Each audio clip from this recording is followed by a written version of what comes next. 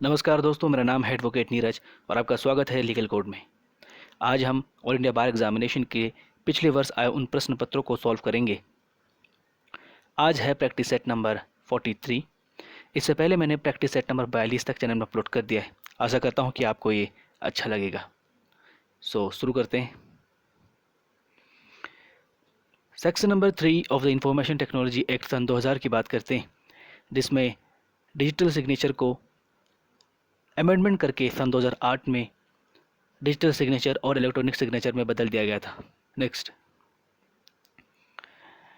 Digital signature certifying authority जो कि भारत में कार्यरत है वो है safe script. Next, information technology act की धारा नंबर 43 सिविल लायबिलिटी के बारे में डील करती है। नेक्स्ट, जहां कहीं पर बॉडी कॉरपोरेट के द्वारा युक्तियुक्त तौर पर सुरक्षा संबंधित नीतियों का लागूकरण करने में चूक किया जाता है और परिणाम स्वरूप किसी अन्य व्यक्ति को कोई रॉन्गफुल लॉस या रॉन्गफुल गेन हो जाता है, तो इस प्रकार के बॉडी कॉरपोरेट उस व्यक्ति को डैमेजेस पे करने के लिए लायबल माने जाएंगे जो इस व्यक्ति के द्वारा पीड़ित हुआ है। ये धारा बताया गया है धारा नंबर 43A of the IT act सन 2008। नेक्स्ट, आर के द्वारा डी से 50,000 रुपये लिया गया है, लेकिन ये उस व्यक्ति को मृत्यु का भय दिखा करके लिया गया है, तो यहाँ पर आर के द्वारा जो अपराध किया गया है वो है एक्सटॉर्शन। नेक्स्ट, अगर किसी व्यक्ति को फॉल्स इम्प्रिजमेंट यानी कि गलत तरीके से उसे जेल में डाल दिया जाता है और उसके कंपेंसेशन संबंधित मामलों में अगर कोई भी सूट न्यायालय में दाखिल किया जाता है तो उसके लिए जो समय सीमा बताई गई है वो है 1 वर्ष। नेक्स्ट, लिमिटेशन एक्ट 1963 की धारा नंबर 19 की बात करते हैं कि अगर कोई भी पेमेंट क्षण के भुगतान के लिए किया गया है और ये समय अवधि के एक्सपायर होने के से पहले किया गया है तो वो व्यक्ति जिसने इस क्षण को चुकाया है वो क्रेडिटर के मांगे जाने से पहले ही उसे चुकता करेगा।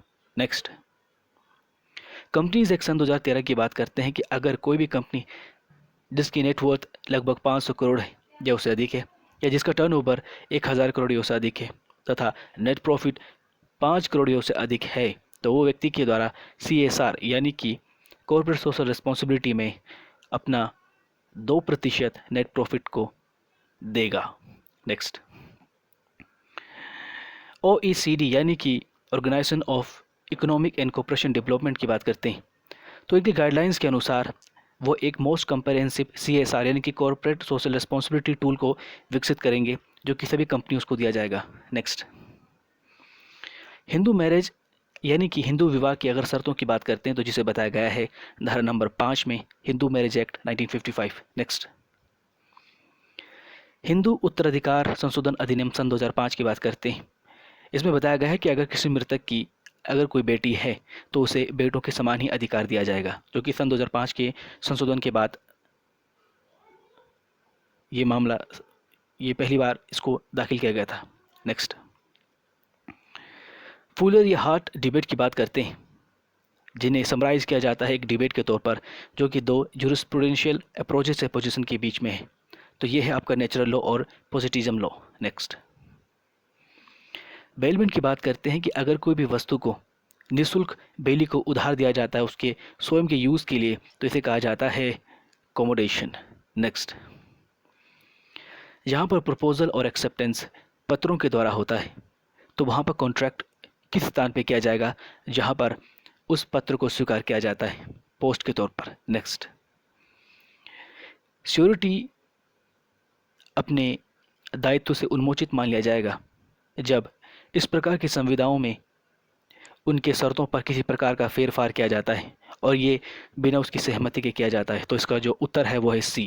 नेक्स्ट, सभी संविदाएं जो कि गैरकानूनी और शून्य हैं उन्हें कहा जाता है नेगोशिएटरी कॉन्ट्रैक्ट्स। नेक्स्ट, धारा नंबर 99 जो कि नेगोशिएबल इंस्ट्रूमेंट एक्ट की बात करते हैं, ये नोटिंग के बारे में डील करता है। नेक्स्ट,